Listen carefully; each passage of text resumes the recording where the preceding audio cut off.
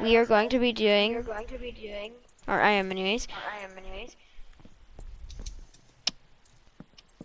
I am going to be training to be a flight attendant.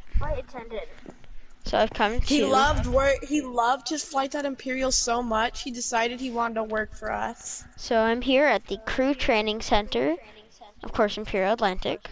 I can't wait to see the inside. Pretty basic, but hello, sir. Hello. So you're here for cabin crew training?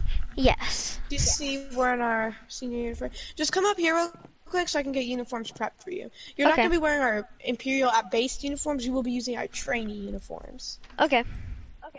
And just so everyone knows, this is part 1 and it's not completed yet, so. And also, yeah, because this is a 2-day training course. yeah, I don't want to pass out so, halfway Plus, through the we training. all got work tomorrow. I'll just be, okay, I'll just be waiting out here. Yeah, it's almost ready.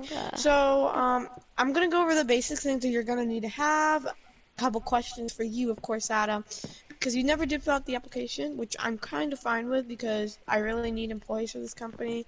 It's a really good company, and yeah. All right, Mr. Chininsky, here's your uniform. Welcome to the team and follow me. Sweet. I'd put those on real quick because you are going to need to wear those. Okay. So welcome to our first floor, beginning of your training. Alright, Come sweet. inside here. We'll be using that room in a minute. Just take a little bit of a seat. Oh. So I'm opening all going to ask you a couple questions. So first off, Mr. Chininsky, what do you, why you want to become a flight attendant here at Imperial? Well, I just thought the flight that I went on the 787 was so awesome. I decided to be a new, I really want to be a flight attendant. Alright, sir. Well, we're very happy to have you to our team, and I'm just gonna pull up a job form for Imperial. Because, I'm alright, so first off, what hub do you want to work for? We only have now, hub doesn't mean you have to live there. You can still live in Mine City and commute through there, because I'm pretty sure you know what commuting is, and, the hubs that you can work for are Detroit International or Sebastian Domestic Airport. Alright. Considering that I was going to Key West during this flight, I'm thinking I would want to be at the Detroit International Airport. Good choice, good choice. Alright, so, I already know what position you want. Alright, so, when you get handed a schedule, can you uphold the position up to the schedule? Yes. Keep in mind, you're still allowed to take LOAs for reasons. Right. Alright, wonderful. So your basic things that you're going to need at all times, you don't have to have it now, but later, or well, you are going to have it now, is a clock. Or like a watch, I mean a watch. But in Minecraft terms, a clock. You're going to need the watch, because it can't be like a digital watch. In Minecraft isn't a digital watch. It needs to be like a, you know what type of watch I'm referring to. It needs to be used so you can, like, if, you'll learn in the training videos that you will watch about, like, the tickings, or like how much time you have left. Say you are going to ditch the plane in 5 minutes, you're going to need to see that time. Is your flight about to leave? Then you're going to need that watch. Of course, the airports are going to have tons of digital clocks because this is a modern day time. It's not like the old days stuff. So today we're going to do the basics, your basic training. So you're going to need a suitcase, a professional suitcase, preferably gray or black. If you pass your training course, you'll become a part of the crew. You'll get your own Imperial Atlantic badge. You must have it all times when you're on the job.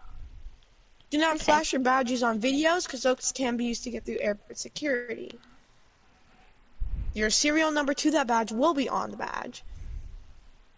Okay.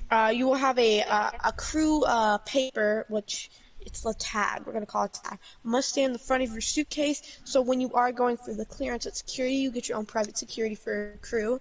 They will be able to see that you have a crew tag, and your baggage will get put immediately onto the plane by ground.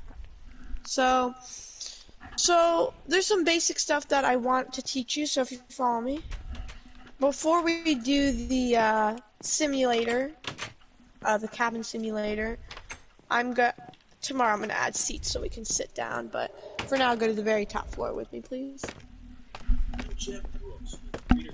Ignore the video. Aviation is safer than it's ever been. In part,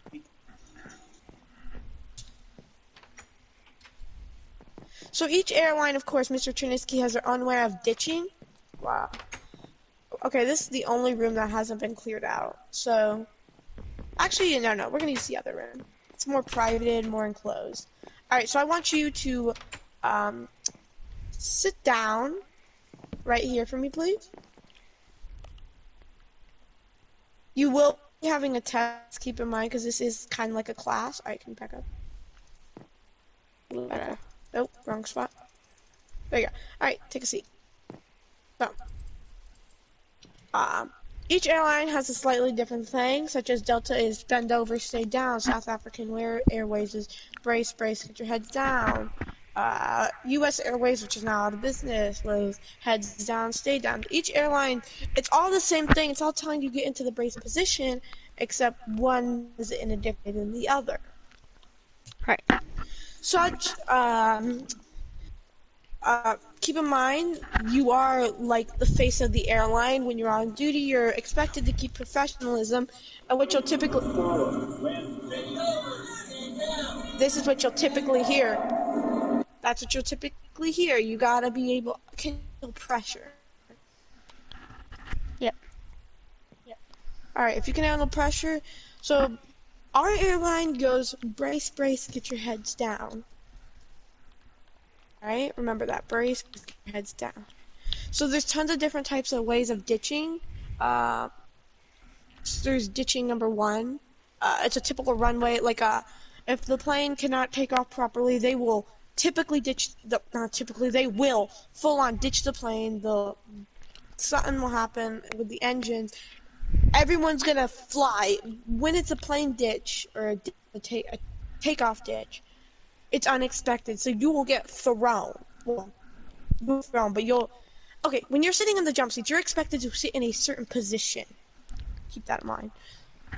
And just in case something happens. Now, you're expected to do like a cabin safety check right before the takeoff. And that cabin safety check is expected of you to check. You can get severely fired if you don't uphold any of this stuff, because you're endangering other people's life. Now, comfort comes second. The safety of everyone that's a passenger to our airline comes first. Okay. Okay? So, next is I need you to know that you're gonna always have to make sure people watch those safety videos, because if something, in case of an emergency like a takeoff ditch does end up happening, typically something can always happen. A fire can always happen on board. There are fire extinguishers and safety, and you are always expected to do your safety checks right when you board. Make sure there's a fire extinguisher, med kit, because anything can happen. Those, say your 4 hours in the sky, can affect anything can happen on there. Anything. Right. So it's expected of you to maintain all this, and it's a rejected takeoff, that's what it's called. A ditching in the water, all this. You are expected to know. If you are always upholded to listen to your lead flight attendant. If you're the only flight attendant, you are the lead flight attendant. Now follow, please. Oh, yes. Now, our next court, we're about to go all the way down to about, is this the right one? Nope. We want to go one more floor down. Alright, come on. We're about to do the, a simulator. Okay. So, we're not going to fully do the simulator yet. I'm going to teach you a few things on the airplane that you should know when doing it. Oh. Follow me. Like I said, this place is fairly new, Adams, and you were watching me build it, so it's normal crash. Just follow me to one of the entrances. Get a nice view of that. This is Okay. the water landing one. This one isn't the darker one. These are the... So typically the cockpit would be right here, but this is a cabin thing, So right here, Adam, are the emergency safety lights. Only comes on during the power going out. Over here is your cabin. These are your jump seats. Show me the proper way to sit in them. Sit in them. Put your seatbelt on and everything. Perfect. It's a big shoulder harness. It's different from being in, like, say, if you follow me, to the economy class cabin where it's much more different, like this. Where it's just a simple seatbelt versus these big seatbelts that you're going to be using.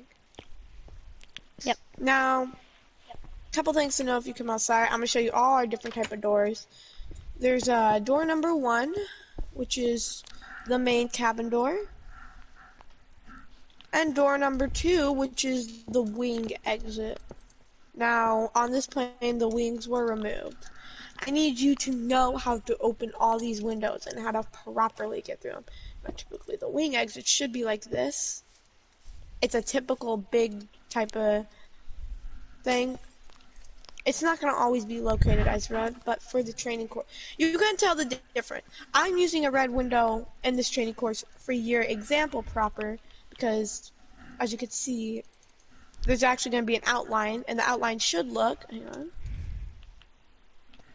Alright, stay on the course, please. And you gotta be if someone gets out of their seats, I don't care if it's during takeoff, I don't care how aggressive you have to get with them, you're gonna get aggressive. Don't be like rude, but just be like aggressive to the point where like they listen and get back in their seat. Be authoritative. Yeah, authoritative is a good word that you should use. This is what a typical exit should look like as it typically would look, but for training course purposes, it's a red window. Okay. So, the plane we're using is our typical plane that you'll be flying on for the first time ever. This plane typically travels between Sub-State and Detroit, Detroit Sub-State, Detroit to Wellington, Wellington to Detroit. Got it? Okay. This is the main cabin door that you typically watch, well, you always watch people enter on. This is the lever. Open it from this. And boom, your cabin door is open. And the reason we ask how good your anger is when you apply for this job is because when opening this cabin door, come over here. If you're mid-flight and you open this door, you kill everyone. We don't kill everyone. You and the people nearest to you are gonna get sucked out of this airplane. No one can shut this door because if they get close enough to it, they get sucked out too. And the pilots are gonna have to make an emergency landing. The pilots are more secure than this door right here due to the fact that the pilots are in an enclosed area. Also, like this could also break the airplane as well, so don't do that. Now, when you're coming to an emergency exit, there should be a lever at each like cabin stored in like the safeties area where like fire extinguishers are. So let me implant this for purposes. Alright. I have to add a lot because I'm trying to teach you and we like just made this place today. So, bear with me. So this is your jump seat, right? Yep. Alright.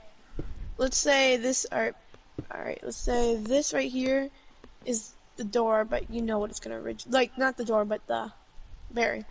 When you brace, you land, boom, grab it, run, put it above, open. Okay. So, got it? Yep. Follow me onto the cabin. We're gonna do a simple landing brace. I'll teach you how to do it. You're gonna have to be very precise with this.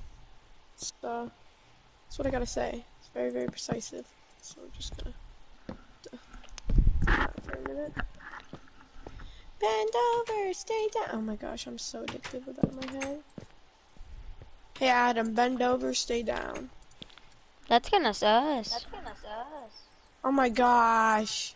Be respectful to your senior trainer. So Adam,